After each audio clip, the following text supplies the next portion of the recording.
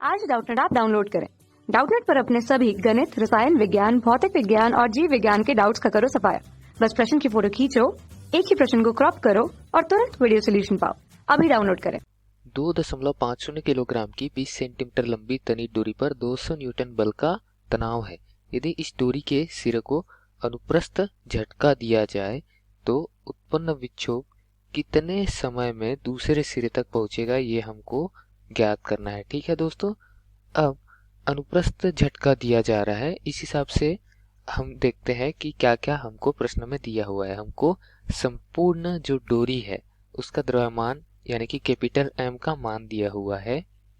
अब इसको capital M क्यों ले रहा है वो भी आपको बता देंगे, क्योंकि स्मॉल एम प्रति एकांक लंबाई के लिए द्रव्यमान का मान लिया जाता है। ठीक है दोस्तों, अब लंबाई हमको 20 सेंटीमीटर दी हुई है और ये कुल लंबाई, तो कुल लंबाई हमको 20 सेंटीमीटर दी है। सेंटीमीटर में इसका मात्रक है, उसको मीटर में परिवर्तित करने के लिए 10 की घात ऋण 2 का गुना करेंगे, मान आ जाएगा 0.2 और मात्रक हो जाएगा एसआई मात्रक मीटर। ठीक है दोस्तों, बल का मान हमको न्यूटन यानी कि पहले से ही एसआई मात्रक में दिया है, तो बल को हम उतना ही रखेंगे, परिवर्तित नहीं करेंगे। ठीक है, परिवर्तित करने की आवश्यकता नहीं है। अब हमको स्मॉल एम का मान चाहिए यानी कि प्रति एकांक लंबाई पर जो द्रव्यमान है वो, उसके लिए सबसे पहले हम चित्र बना लेते हैं, उसके बाद ये सब निकालते रहेंगे। ठीक है, तो चित्र में क्या दिया हुआ है, एक डोरी दी हुई है। ठीक है दोस्तों, इस तरीके से मैं अगर डोरी बना लूं तो डोरी का हमको और क्या दिया हुआ है, डोरी के साथ साथ उस डोरी का लंबाई भी दिया हुआ है और हमको दिया हुआ है कि उस पे तनाव कितना है और ये भी दिया है कि बल कितना लग रहा है। बल मतलब वो तनाव का ही बल दिया हुआ है कि 200 न्यूटन का जो बल है वो तनाव बल है, और क्या दिया है, लंबाई दिया है। ठीक है, तो लंबाई हमने निकाल लिया, लंबाई पूरी लंबाई दी है। एकांक लंबाई मतलब क्या होती है, एकांक लंबाई मतलब होती है प्रति मीटर लंबाई। ठीक है, अब हमको जो 2.50 किलोग्राम का द्रव्यमान दिया है वो 0.2 मीटर के लिए दिया है। 1 मीटर के लिए करना हो तो 2.50 में हम भाग दे देंगे 0.2 मीटर का, तो 1 मीटर के लिए जो द्रव्यमान होगा वो ज्ञात हो जाएगा। वो क्या हो जाएगा, हमारा कैपिटल एम यानी कि कुल द्रव्यमान बटे कुल लंबाई। ठीक है, अब द्रव्यमान दिया 2.50 और लंबाई दी है 0.2, तो इसका गुना करेंगे, भाग करेंगे दोस्तों 0.2 का, तो मान क्या आ जाएगा, 12.5 किलोग्राम। ठीक है दोस्तों, तो हमने स्मॉल एम यानी प्रति एकांक लंबाई के लिए जो द्रव्यमान है उसका मान ज्ञात कर लिया। ठीक है, अब इसके लिए हमको लंबाई दी हुई है उसको चित्र पे दर्शा देते हैं। लंबाई का मान हमको कितना दिया हुआ है, 0.2 मीटर। ठीक है, 0.2 मीटर, और इस पे तनाव बल लग रहा है उसका मान 200 न्यूटन दिया हुआ है, तो उसको भी दर्शा देते हैं कुछ इस तरीके से। ये तनाव बल जो लग रहा है उसका मान है 200 न्यूटन।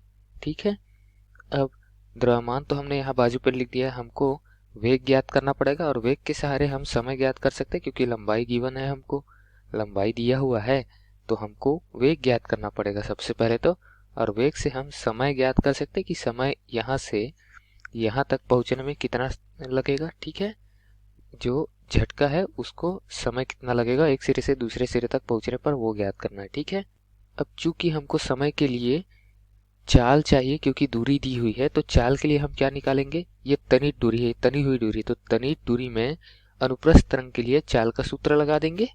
तो तनित दूरी में अनुप्रस्थ तरंग के लिए चाल, जिसको हम v से शो करते हैं, v से दर्शाते हैं, उसका सूत्र क्या होता है हमारे पास, उसका सूत्र होता है तनाव बटे प्रति एकांक लंबाई के लिए द्रव्यमान। अब तनाव हमको प्रश्नानुसार दिया हुआ है, उसका मान रख देते हैं।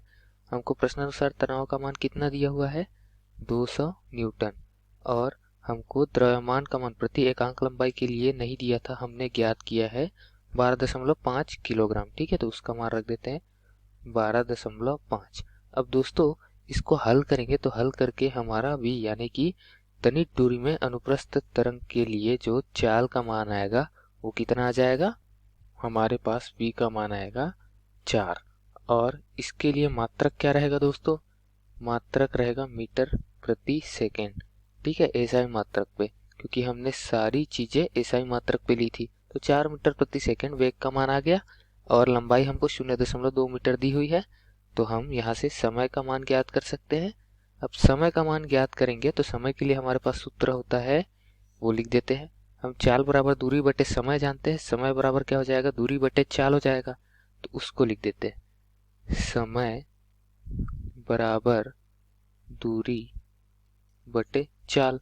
अब समय हम किस चीज का निकाल रहे हैं, समय निकाल रहे हैं इस प्रारंभिक बिंदु से अंतिम बिंदु तक पहुंचने में लगा समय। ठीक है, प्रारंभिक बिंदु पर जो झटका है उसको अंतिम बिंदु तक पहुंचने में लगा समय, तो बीच की दूरी रख देंगे मान 0.2 मीटर।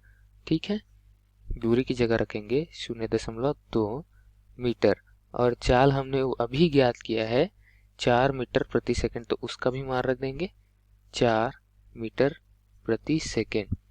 अब दोस्तों भाग देंगे तो मान हमारा आएगा सेकंड में 1/20 सेकंड। ठीक है, या तो इसको उत्तर कह सकते हैं हम समय का मान, या फिर समय का मान हम 1/20 को 1 से 20 को भाग देकर भी निकाल सकते हैं। ठीक है, तो समय का मान हम कुछ इस तरीके से भी दे सकते हैं उसको आगे हल करके 1/20 को, और उसका मान आएगा 0.05 सेकेंड। इतने सेकंड में क्या होगा, प्रारंभिक सिरे से अंतिम सिरे तक पहुंच जाएगा जो झटका है वो तरंग। ठीक है, अनुप्रस्थ तरंग। इस तरीके से हम बता सकते हैं उत्तर दिए गए प्रश्न का। धन्यवाद। कक्षा 6 से 12वीं से लेकर नीट, IIT, JEE वो एडवांस के लेवल तक 1 करोड़ से ज्यादा छात्रों का भरोसा। आज ही डाउनलोड करें डाउटनेट ऐप या व्हाट्सएप करें अपने सारे डाउट्स 8400 400 400 पर।